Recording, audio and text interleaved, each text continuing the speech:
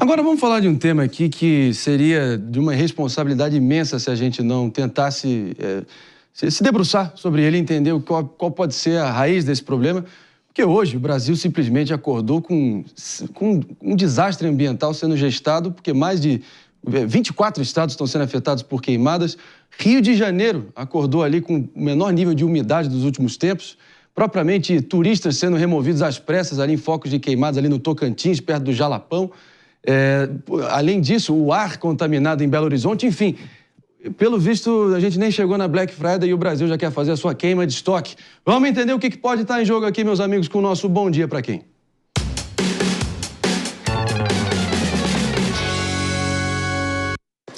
E o nosso Bom Dia de hoje vai para você que ainda acredita que água é um recurso infinito e que a chuva vai cair só porque você precisa lavar o seu carro e a calçada.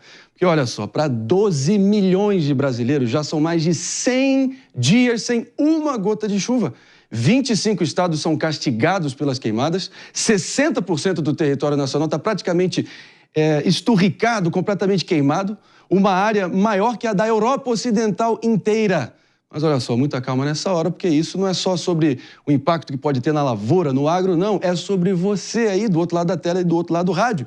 Sobre a sua conta de luz, que vai explodir porque as hidrelétricas estão no vermelho. É sobre o preço do tomate, que vai te fazer pensar duas vezes antes de pedir uma salada no almoço. Porque enquanto o governo observa o céu, na esperança de um milagre, a única coisa que cai é o nível dos rios. O Rio Negro, por exemplo, despencou 25 centímetros em Manaus só nas últimas 24 horas. Está descendo mais rápido que as nossas expectativas depois de promessas eleitorais. E olha, estamos prestes a ver cidades inteiras virarem cenário, parecendo aquele cenário daquele filme Mad Max. Então, olha só, enquanto a gente assiste essa catástrofe em câmera lenta, é bom perguntar: quem é que vai fazer algo a respeito? Porque da maneira que as coisas andam, partes do Brasil estão a um pingo de virar um deserto. Mas claro, essa é só a minha opinião.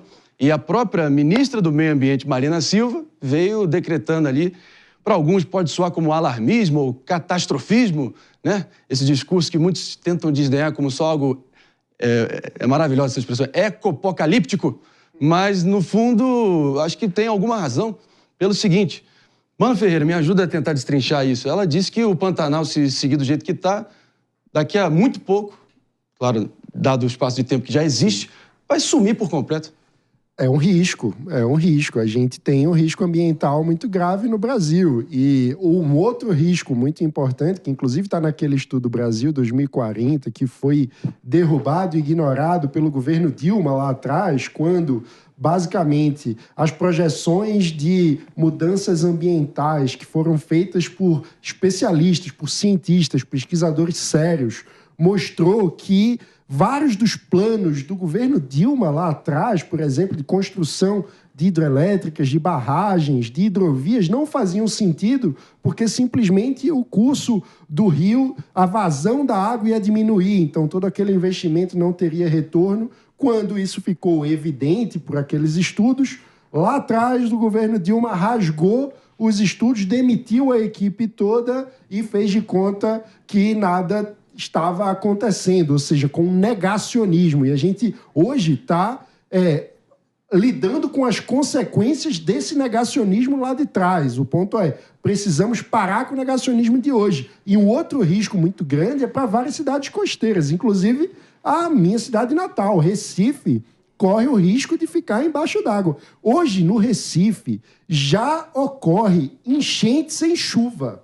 Quando o nível da maré sobe, tem regiões da cidade do Recife que já ficam embaixo d'água.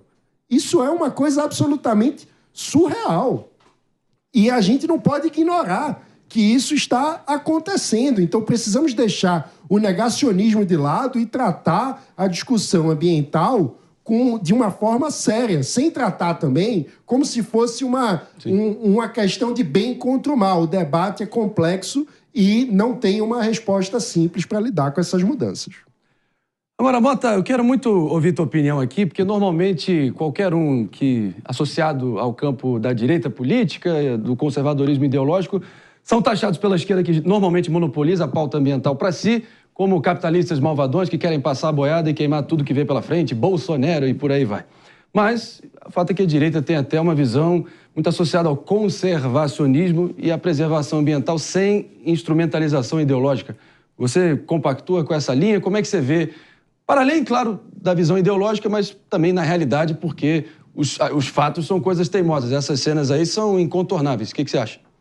Eu acho que tem 3 elementos aí que a gente tem que colocar na mesa. Primeiro, imagine essa situação ocorrendo no governo passado, quais seriam as reações, e agora você vê quais são as reações das pessoas que vivem dessa pauta ambiental. Tá? No governo passado era tudo culpa do governo, no atual governo é culpa de outros fatores, só falta alguém dizer que é culpa dos alienígenas. Segunda coisa, a superficialidade dessas declarações.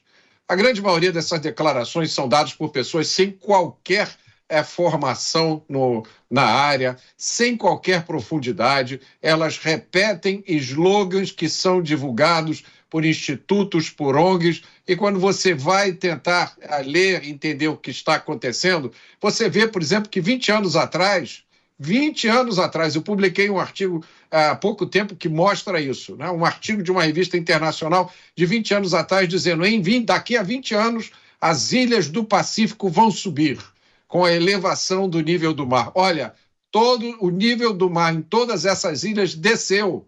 Tem trabalho científico comprovando isso. Então você só mostra as evidências que contribuem para essa visão apocalíptica. Não mostra as evidências que apontam para o outro lado. Essas pessoas se colocam como donas da verdade. Por último, Marinho, você está certíssimo. Nós temos que ter uma preocupação muito grande com a conservação do meio ambiente para a sobrevivência da humanidade. Esse é o foco.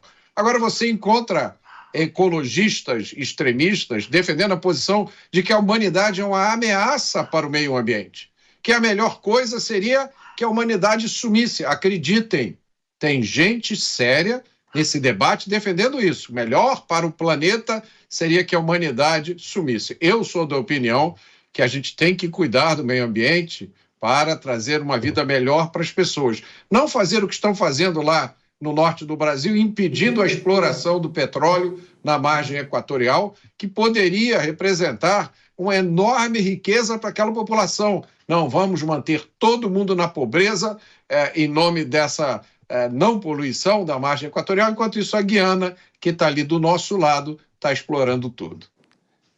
Meu caro Mota, excelente comentário, mas é isso. No que depender, pelo visto aí, segundo a ministra Marina Silva, daqui a pouco, quem quiser ver o Pantanal só vai dar se você assistir a novela mesmo, pelo visto. Bom,